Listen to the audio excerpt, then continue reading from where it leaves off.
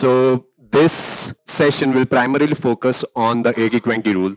Okay. So how basically, yeah. So how basically you can get 80% results by 20% effort. Okay. So for all the marketers that are present here, I believe you have gone through all those cycles wherein you are sending out mass blast campaigns and you're sending out generic campaigns to your users. You're not using any sort of personalization in there. So automation basically can help you minimize the human intervention, create more and more hyper-personalized segments, and create a omni-channel strategy. You can use multiple channels at a single point in time within the whole user lifecycle journey, and you can engage the user at every point, and have that retention in place, have that engagement in place, and you can even drive conversions out of it.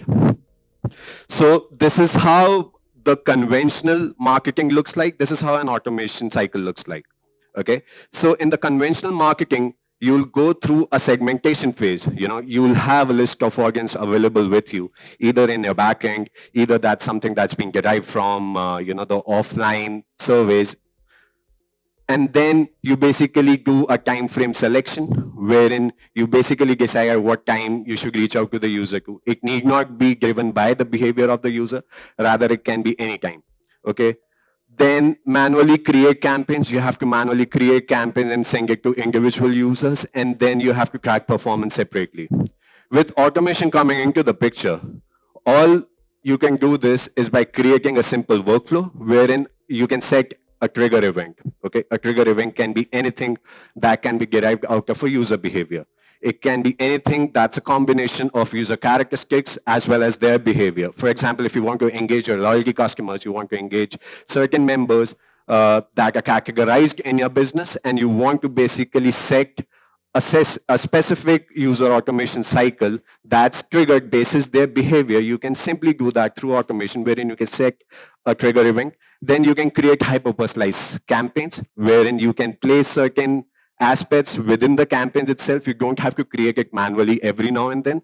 It basically comes out of the user behavior itself, wherein you can use the user first name to basically develop that sort of a relationship with the user. You can send the last product that he has viewed, the last product he has added to cart, so on and so forth. And then you can measure the live performance of the user. You can send out the campaign to the user in an automatic manner, and the moment the campaign goes to the user, you can basically set certain parameters against which you can track the campaign performance. So all this can be derived from automation itself rather than going through the conventional approach. Yeah. So following up on what I just said, automation basically works on three major factors. These are triggers. Triggers are basically anything that triggers a particular user automation behavior. It can be a business event. It can be as simple as a home screen load to a user logging into the platform. So you can basically use all these filters to create a retention strategy in and around your problem statement. Okay. So if the problem statements are around abandoned carts, you can simply say that, if a product adds to cart and not purchases within a certain time frame, I'm going to send this campaign to the user, so on and so forth. Coming on to streamlining user journeys. Now, it's not just specific to certain cycles. Cycles might differ from business to business. It can be different for a travel business. It can be different for an e-com business. So all you can do is you can basically strategize and streamline your user journeys. You can have your problem statements defined, and then you can create visual workflow wherein you can basically have certain blocks here and there. You can place it and basically design the whole user workflow wherein, for example, if there's an abandoned cart journey or an activation journey, the second step would be for me to basically engage the user. What is the channel that I should engage the user on? What's the strategy that goes behind it? Is all derived out of the automation that's there. Okay. Now, what enables hyper-personalization? Okay. Now, you must be aware about the past behavior of the user versus today's behavior. What's the need of the automation right now? Why wasn't it before? Now, if you see this, we have a comparison wherein if the mindset that was there with the consumer earlier, wherein your dad must have bought a car.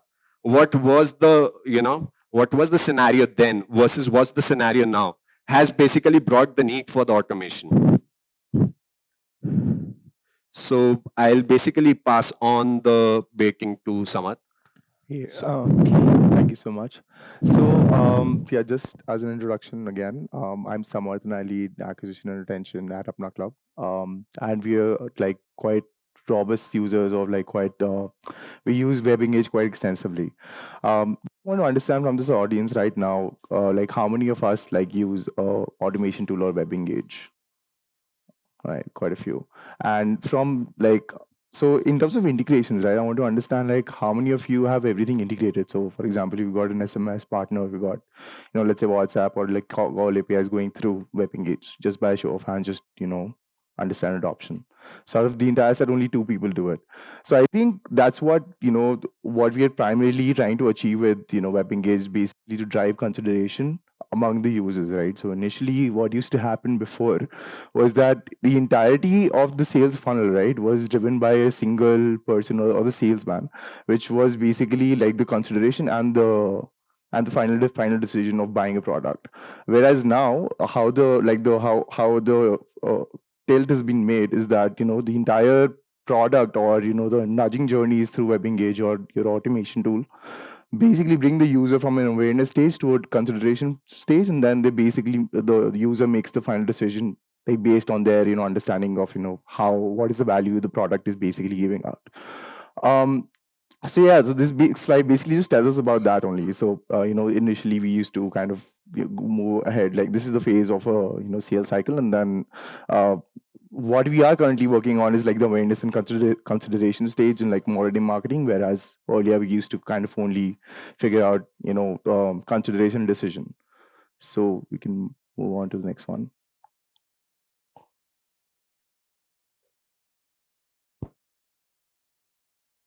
Exactly what I meant. That the area of focus right now is like on consideration and decision. This was earlier, and then like in modern day marketing, if you can go to the next slide, we'll be able to kind of show them that this is what we kind of like 80%, 85% of the focus is currently on. Right, it's on like basically generating the lead and driving them to a consideration phase.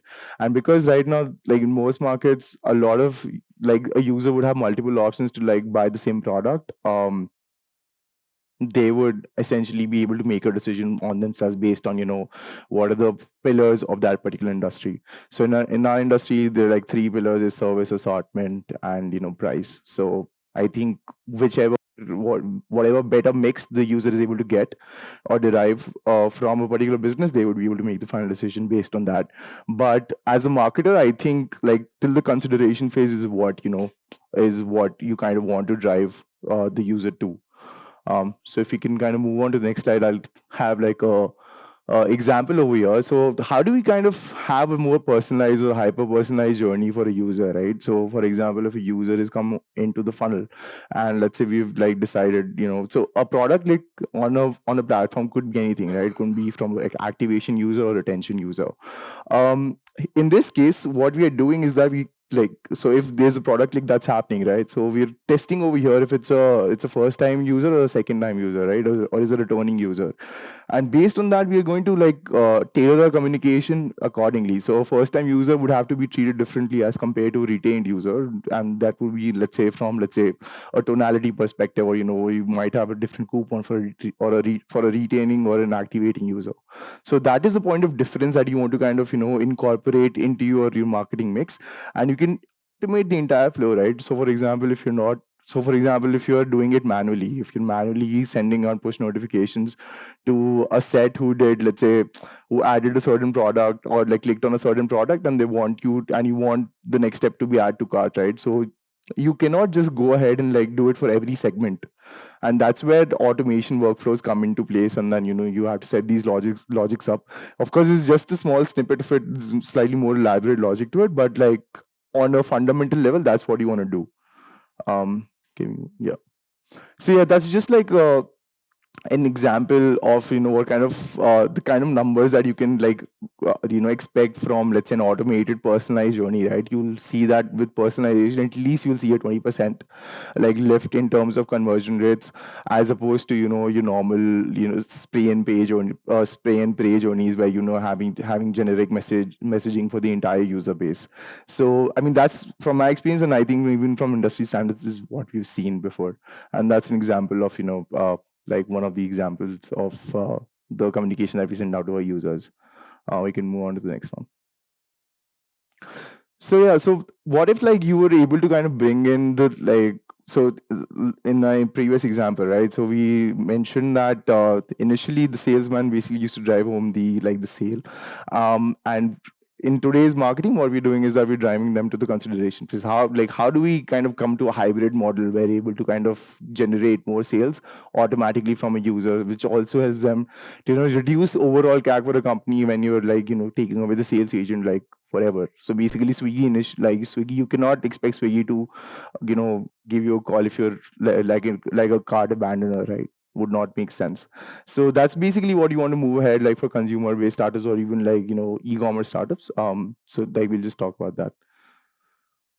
So yeah, so this is how we do it, right? It's just one of the examples I just gave you. So it's not with like generic email blast or like generic communication being sent out to every user. Every user needs to be understood. Let's say at a user archetype level, and then they want to, you would want to understand the need state, and then provide messaging accordingly, or provide coupons, product recommendations accordingly, and then that's how you kind of get a better user experience, and then also enhance your conversion rates going forward. So yeah, so this is like a typical lifetime journey, right? So for example, a purchase is made, right? Then what are the there's a specific set of comms actually that go out, and a lot of you might actually miss out on them as you go ahead, or as go about your life, day to day life. So I think so just to kind of take you through that flow. So once a purchase is made, right? So you send a confirmation email. So that's more from, let's say, your CRM perspective. Post that, like after that you like supposed to rate your purchase. So for example, if you order a meal from Swiggy, right? Once you've ordered it, like it's got a 30-minute buffer, and it's going to ask you for an experience. It's specifically going to ask you how did you like that particular thing. So it's personalized to a level that's asking you how did you like that particular dish that you just ordered from Swiggy, and it's going to ask you for its like experience. So this is that ensuring that the NPS score of the user is good, right? So this is what's happening in this stage. So again, and then once that's done, you kind of try to put the user back into like a buying funnel or consideration phase, so that they get onto the next repeat purchase. So just again citing Swiggy's example would be that they'd start sending you push notifications around like lunch or dinner time, and that's what they're doing again, to kind of nudge you to a repeat purchase. And then they would, if you can just go back, so they also send you personalized recommendations, right? So for example, I'm a fitness buff, so I get a lot of fitness meal recommendations around dinner time. So basically that's the kind of personalization that we're looking at, to basically achieve like higher conversion rates and higher repeat purchases. Right. Again, so again, this is a again a user flow that's from a product click, right? And now, so one is of course understanding from a user archetype if they're a returning or activating user. One more kind of thing that you want to kind of bifurcate your flows in would be from like user behavior, right? So for example, if the user is still on the app and browsing through certain products, based on what they've added on cart, you can have like certain recommendations going into like nudges, so that they're able to add those things onto the card. However, if they background the app, right, then you would want to bring them back with let's say with like a coupon of sorts, right, where you want them to complete the add to cart purchase.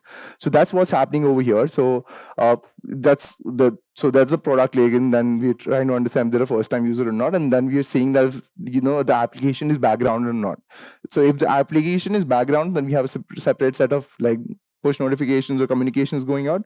And again, if it's not background, and then the recommendation system comes in, and you try to get them like a better they basically upsell onto the cart.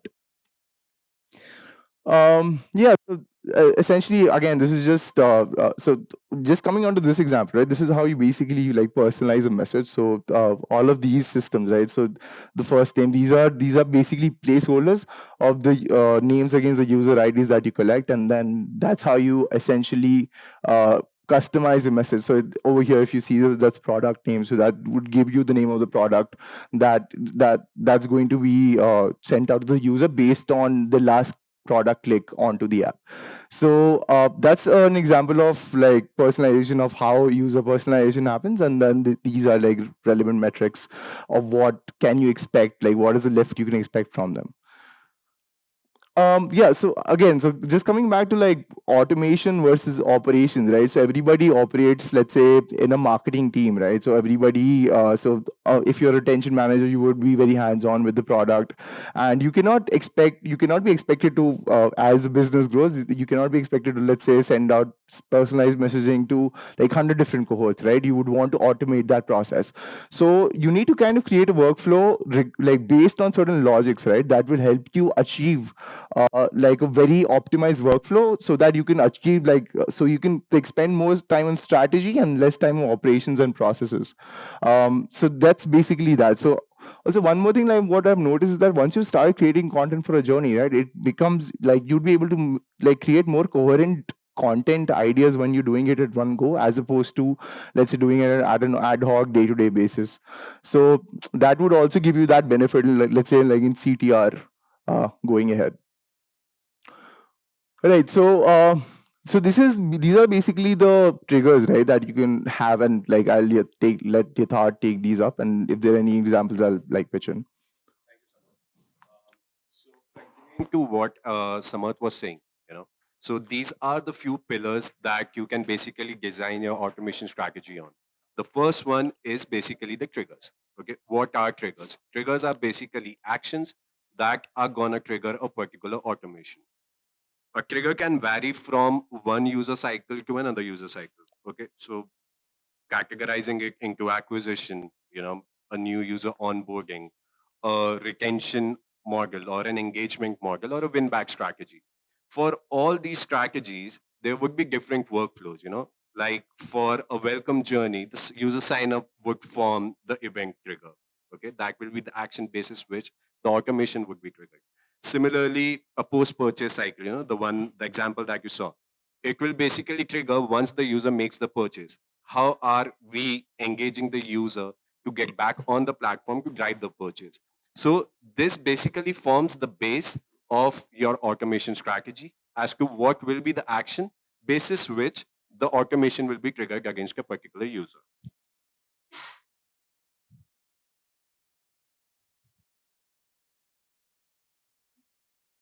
So second one basically is, how are you basically building the relationship with the user? Okay, as I said, there are different cycles that you can categorize a user in. What are the nudges that you are doing? At what particular time and instance you are nudging a user? What's the type of campaign that you're sending out to a user? To drive the first purchase, it can be either a promotional message, it can be driven through the attributes that we have tagged against a particular user, or it can be driven through the type of events or the behavior that the user is exhibiting. Okay. So basically all these triggers, once are associated with a particular, you know, all these actions or characteristics, once these are particularly attributed to a user, you can basically design the whole retention automation as to how you can basically engage with the user in a much better way. How can you grow that relationship stronger? Okay, and that is something that's going to form the base of your business, because after acquisition of the user, it's how you derive the value out of it. Okay, so this becomes the second pillar.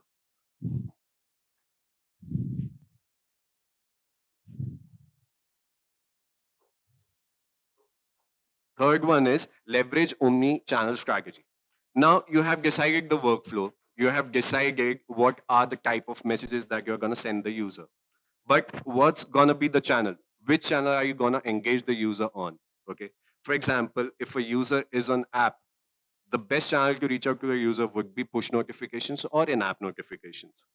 If the user is not there on the app, I'll probably check his reachability on the web and then I'll probably reach out to the user either through a web push notification or through the other channels that are there. For example, email, SMS, WhatsApp, or the social media integrations. I'll probably do that and I'll start engaging the user in a much, much automated way using the same personalization content that I have designed within the whole ecosystem for that particular user. So through this, it basically also helps you optimize your costs, okay? Given the fact that if you're sending out a mass blast email campaign, okay, it is going to cost you some money. SMSs are going to cost you some money. WhatsApp is going to cost you some money. And in comparison, there are certain free channels that are available and user is regularly reachable on those channels. So you can design the strategy that if you're not able to reach out to the user on the free channel, only then you go on the paid channel. Okay. So this is how you can basically design the whole automation workflow. The third one is personalization. So the example that Samad showed, it had that placeholder which automatically fetches the product attributes. Okay. So if you're sending out an abandoned cart message, if you want to send out any sort of recommendation to the user, if you want to send out any specific product attributes just for the user to see the campaign, click on it and reach to a specific page. Okay. So personalization can help you in a much, much better way. We have industry-wide, we have seen that there is a huge jump in the CTRs, okay, or the conversions that are coming from the hyper-personalized campaigns rather than the generic campaigns, okay. Furthermore, you also have the capability to have an A/B variant as well, okay. So if you think there's, a single messaging strategy is not working for you, you can go through a variation testing, and whichever variation is working the best for you will automatically be synced to the users. Furthermore, we are doing this on the journey level as well, wherein whenever you're designing the automation workflow, you can have multiple workflows designed. And whichever workflow is working the best for your users, the user will start automatically going into that particular workflow. Also, So, just one thing yeah. to add over here. So when you're also creating a journey, right, just be sure to like have like a control and a target group setup. Usually I take a 30-70 split. So that would basically help you understand if the journey is actually giving you the incremental benefit or not. Because so you might think that, if the journey is working, it's working for the better, but you might be spending resources on something that's actually just not providing a lot of value to it. So it's recommended to have a control group setup whenever you are starting a new journey. Thank you, guys.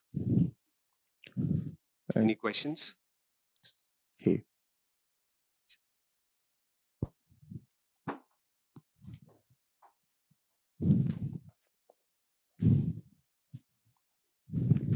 Hello. Okay, you just showed in the last slide that recommendations are a good thing. Yep. Right. So, are you referring to the website or are you referring to the Both. email? Both. Both. Both. Okay. So you can have in-app personalization, okay, wherein you can have inline content placed, wherein you can put in the relevant recommendations. Okay. Furthermore, coming on to website as well, it's the same concept wherein web personalization will come into the picture, and you can do the same either in all the channels. Precisely, it's not restricted to a specific channel per se. It's basically available on all the platforms and on all the channels. Okay. So I have been using WebEngage for the past 3 years in my company, and setting this up is actually a bit complex task. I mean, the integration part is a bit complex task. So if you can have resources around that, or maybe educational videos, or how do you do that? Because when the tech team is involved, and I am the one who needs this, so we are not able to communicate how it needs to be done. So it'll be good if you can have Sure. resources We are working. We are along working that. on that. Yeah. We do understand that. As I said, it's an initial setup. Once the setup is done, it's more of an automation that comes into the picture. So we are working on that to basically automate the whole thing and give you a better user experience on the platform. This is under process. You'll see this in a month or two. Okay, great. Great to hear. Yeah, we have recommendation and catalog UI which will be releasing in the upcoming quarter. So whatever you see here, whatever you need to put in a code for, you won't really need a code. You just have like a drop down and very simple as to how you're creating your campaign. All right. Yes. Yes. Great to hear. Just stay tuned for product updates. Any other And I questions? think he had a question. Oh. Yeah, a quick question beyond app and web. I want to understand more on the channels. What are some free channels that I should look at because you're mentioning them? Can you give some examples? So in terms of free channels, even if you go on the email or the SMS aspect, there's certain service providers that give you a certain set of SMSs and emails for free. Number one. Number two, so these channels are something that's beyond the scope. For example, if you're talking about email or you're talking about SMS or you're talking about WhatsApp, it requires us to have a certain custom integration. Now, if that custom integration is aided by your service provider for free, we don't have a problem, going ahead with that. But since our scope is limited in terms of delivering the campaigns, to app as well as web, there are certain restrictions. Now, for free channels, we have push notifications, we have in-apps, we have an on-site suite. Furthermore, we have web push. So these are the free channels that are there, and these are free because it is within the scope of your product. Okay, it's not going beyond it. Okay, because for sending out an SMS, sending out an email, sending out a WhatsApp requires you to have a certain sort of integration with the relevant service provider. Okay, so we aid that. We are not going to charge anything on that, but it's more or less the integration aspect that we take care of. Okay, so the delivery aspect you'll have to check with the relevant service provider. Cool. I think he has a question. Hi, sir. It was a great session. And my question to you is if we post the content like omnipresent, right? Like 80-20 rule, like 80% results comes from 20% actions. Correct. Like how will we exactly come to know? Because I'm into consulting. I post content on YouTube, Facebook, and Instagram. Sure. Like from how can we find out like which is working the best while we are posting all the content in all the platforms? So this is not a WebEngage specific question. That's slightly more so like content, organic Yeah. content related question.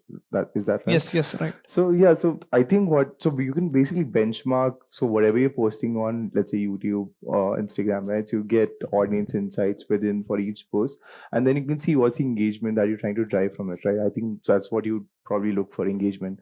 And I think like there's one rule that, so for example, I know this for Instagram that, if you're able to kind of hook a person on for more than 6 seconds onto, let's say, a video, it would automatically push you more like to like your non-followers. So I think that's one way. Like these are so one lever is basically understanding, what kind of content works better based on your content archetype, and then industry benchmarks or industry standards, right? Like for example, the 6-second rule I just told you.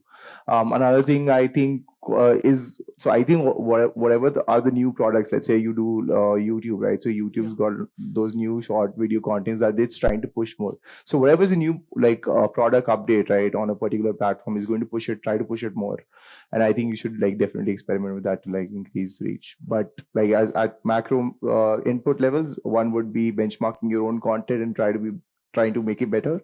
Second would be, industry benchmarks to understand, what are the best practices to follow when you're uploading a video. Like for example, SEO of a video would be one good example of it. Okay, thank you. No. Hey, hi, Samarth and Nithar. Hey. Great session. Thank I just want to go back to this slide. That's okay. Just referring to the slide where you mentioned all the channels. Okay. And I'm more interested to understanding your point of view in terms of what would be the channel mix strategy across a consumer's engagement journey with the brand. If Right. there's any point of view that you believe certain channel mix would work, let's say in the acquisition phase versus the retention phase, Sure. your point of view would be well appreciated. Sure. So Thank you. I think I think acquisition versus retention would actually depend on the segmentation you do of the user, how well you segmented the users, and then also within those segments, if you can, further create cohorts. So, for example, if I were to kind of give you an example of my company, right? So, so we onboard a user, they submit as a lead, right, and then they're supposed to do, let's say, a KYC process, and then a product link, add to cart, checkout initiate, and then revenue, right? So, in this process, so this entire process is an activation funnel, right? So we would want to kind of break this funnel down into different behavior steps. So install to like, let's say KYC to product click, or KYC to add to cart, and then product click to add to cart to checkout, like order, right? So this would be like, that's how I would break it down, and then I would try to have like a marketing mix of these. So and how I prioritize this is that basically I go with the free ones first.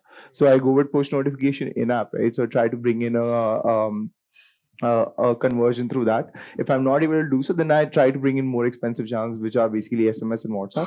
And then if that's still not working, then comes in let's say a PA channel. Then I like feed that list after a certain time block, and I feed it back to, let's say, a Facebook or Google to remarket them and get them back onto the platform.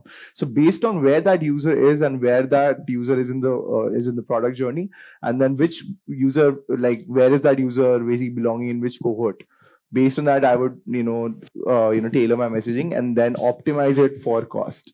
So I would not but yeah, in terms of, if I were to just give you like a blank answer, what works, like what will fetch you the highest chances of conversion, I think for my market it would be like WhatsApp, because the CTRs of it are like around 10 fairly high, yeah. 11%.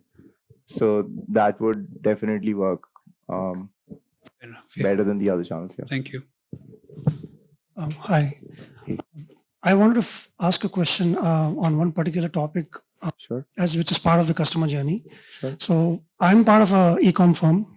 We both are in the same team, and we've been using WebEngage for a while now. Okay. So I wanted to focus on getting the customers' feedback. Right. So Okay. since we are in e-com, we are very much similar to Flipkart. We have a lot of categories, subcategories, and all people buy from each and every category, right? Right. So my first question is, again, I'm not sure whether this is, particularly related to WebEngage or not, but since we will use WebEngage for this activity also, I'm guessing it is. But anyway, please let me know. So my first question is, when we send an email for a feedback, should Sure. it be from the time gap between the purchase and the email? Right. Should it be the same for all categories, or should it differ? That's one. I'm also, by the way, from e-commerce. Okay. So I work for Apna Club. And how we but like our user archetype is slightly different. But my recommendation to you would be that, so when there is an aha moment, right, for the user. So for example, for Swiggy, it's like when somebody's eaten the food, or like the food is, basically when it's eaten, right? That's when they ask you for the feedback from the user. So I think you have to kind of understand what's your aha moment, like what's the driver of the NPS score of a user, and at that point you want to kind of get them, because that is the highest probability that they would give you a good feedback, because you also want to ensure you want to get a good feedback, right? Yeah. So I think that's one way. But I think like channel wise, I think I've only tried out like a push notification with with an app widget. So Okay. basically a tech and a WebEngage input that would give you like a rating over there. And if it's more than 4 or 5, in that case, it will redirect you to the Play Store. And that is how we do ratings. So we used to do ratings back in Rento Mojo. And right now, how we're doing it is that we're only doing it like through a WhatsApp message. That's it, because that's purely because of the user archetype. So that would depend on who your user is and what they use more. But if you've got the tech resources, I think that's the best way of doing it. Sending out a push notification, having an in-screen like rating bar, and then if it's in line with your expectations, then redirect them to the Play Store. Okay. One more, please. Sure. Regarding the same topic of feedback, which is the best form of getting a feedback? Because as a customer myself, let's say from Amazon, I hardly respond to the feedback, right? So how do we? Is there a particular form or a type of not channel, the format, which would work best? I think what works is like tone. I think like I've seen some homegrown brands who just are like just brutally honest. But that's also because of the kind of user base that they have. They have users like me, and they're brutally honest that I would really want your feedback because we want to improve our services. And only in that case I kind of give out my feedback to them. But depending on, like, for example, I cannot say the same thing to my user set. I kind of have to motivate them, let's say through a discount or like some value addition to the user to be able to do so. But I'm sure discounts are not a very viable option in e-commerce. So you kind of have to kind of deal with low fill rates and figure out better tonality in your messaging to be able to get those. Thank you. I wanted to ask you whether the WhatsApp that you use, is it only for transactional purpose or do you also do promotions on WhatsApp?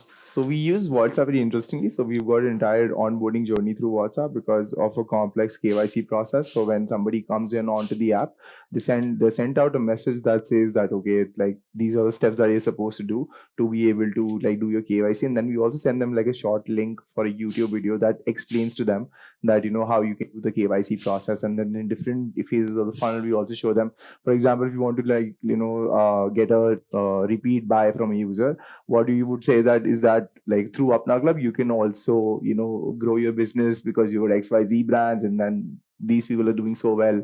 So building that consideration phase through video as well, because there are a lot of properties that you can use in WhatsApp. So I think that's becomes a very powerful way of doing so. So it's not just transactional. Okay. Have you also employed chatbots on WhatsApp? Chatbots, we do have it, but we don't have it for promotional purposes yet. It's mainly for like CSAT. Okay. All right. Sorry, just a connecting question. On the WhatsApp channel, from what I've learned, you've used it for KYC, promotional and transactional as well? Not yet. Sorry, Are you also using WhatsApp for promotional? Yeah. and transactions? Are they able to? See, as a promotional, educational videos both. So we basically send our WhatsApp communication to the users based on, again, like I told you, like where they are in the funnel. So if we're expecting to do a KYC, we send them a like message, explain the KYC process, what they would need, and then also explain a video along with that to like help them understand what it is. On the other hand, like if you let's say want to communicate, like say a discount, we would also do so through WhatsApp.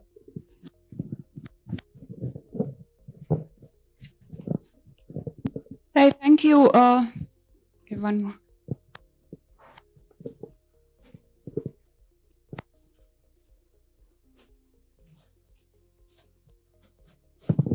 Hey, hi.